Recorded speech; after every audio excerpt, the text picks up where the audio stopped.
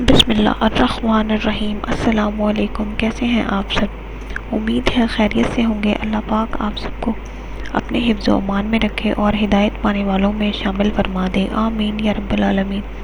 آج جو وظیفہ میں آپ کے لیے کر آئی ہوں وہ خونی یا بادی بواسیر کی تکلیف کا وظیفہ ہے۔ میں آپ کو بتاؤں گی یہ وظیفہ آپ نے کیسے کرنا ہے۔ بہت کارآمد اور مجرب وظیفہ ہے۔ آپ اپنی پریشانیوں کا حل قرآن پاک میں سے تلاش کر کے اس کا حل بآسانی نکال سکتے ہیں۔ میں آپ کو بتاؤں گی اس سے پہلے ایک چھوٹی سی درخواست، ہمارے چینل کو سبسکرائب کریں، ویڈیو کو لائک اور شیئر ضرور کریں تاکہ کسی کی پریشانی آپ کی وجہ سے حل ہو جائے اور آپ کی یہ کوشش آپ کے لیے صدقہ جاریہ کا ذریعہ بن جائے۔ اب میں آپ کو وظیفہ بتاؤں گی۔ وظیفہ آپ نے کچھ اس طرح کرنا ہے۔ ماہ سفر کی آخری بدھ کے دن، ماہ سفر کے مہینے میں جو آخری بدھ آئے گا، بدھ کے دن آپ نے ایک کپ میں تھوڑا پانی ڈال کر اس پانی پر سورہ یاسین 7 مرتبہ پڑھ کر دم کرنی ہے۔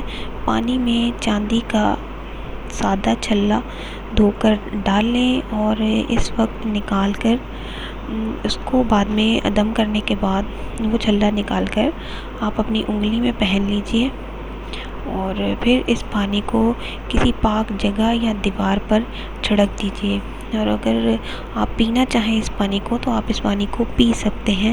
انشاءاللہ تعالی خونی اور بادی بواسیر سے آپ کو نجات ملے گی۔